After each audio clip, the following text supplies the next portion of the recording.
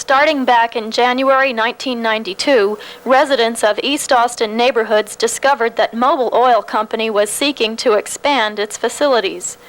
The Mobil Oil facility is in a residential area, and there are at least 6 schools located within a 1-mile radius of Mobil Oil. Concerned residents started asking questions, and by February, stories were being reported almost every day in the newspapers and on TV.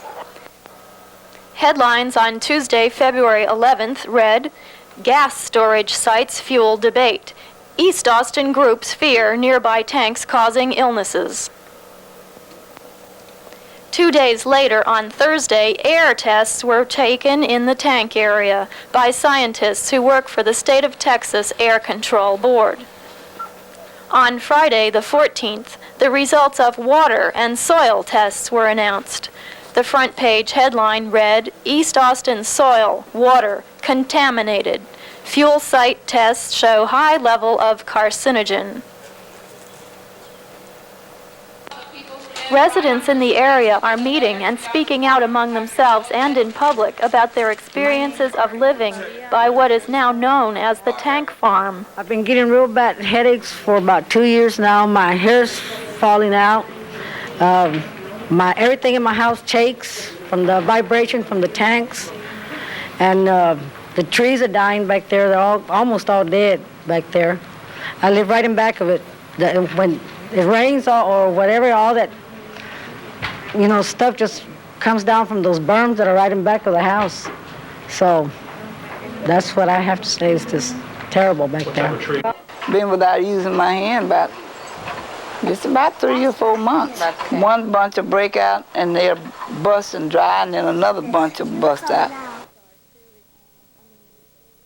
My child has been sick, and they said it was a conditioning of his blood cells or blood count was down, but it's just kind of strange that another child also has it, and maybe down the road there's another one, and they're diagnosing it at the same thing. I want to see if maybe there is. I'm saying there is, and it's not no maybe too. There is something there with that gas tank that are affecting these children, and rashes.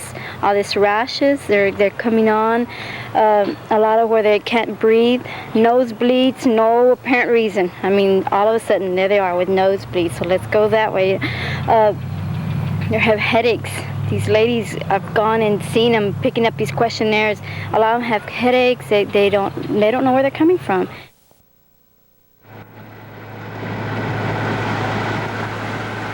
I have lived in this neighborhood for 28 years, going on 29 years now. I've raised all my kids down here. I raised 11 kids, and I have 28 grandchildren.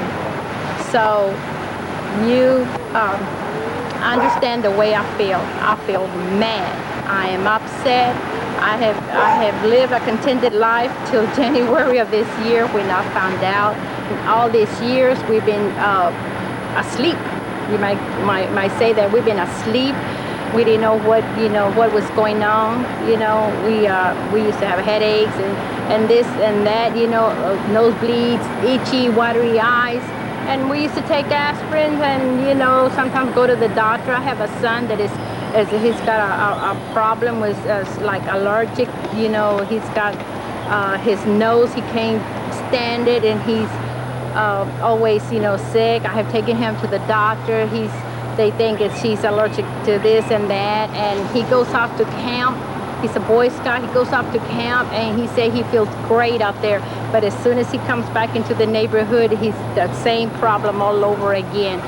I had bought some property here. If I had known then what I know now, I would have never bought any property out here. When I first moved out here, I think we're only 3 tanks out here, and now it's all of a sudden they're just moving. They're moving into the people's backyard. They're killing us.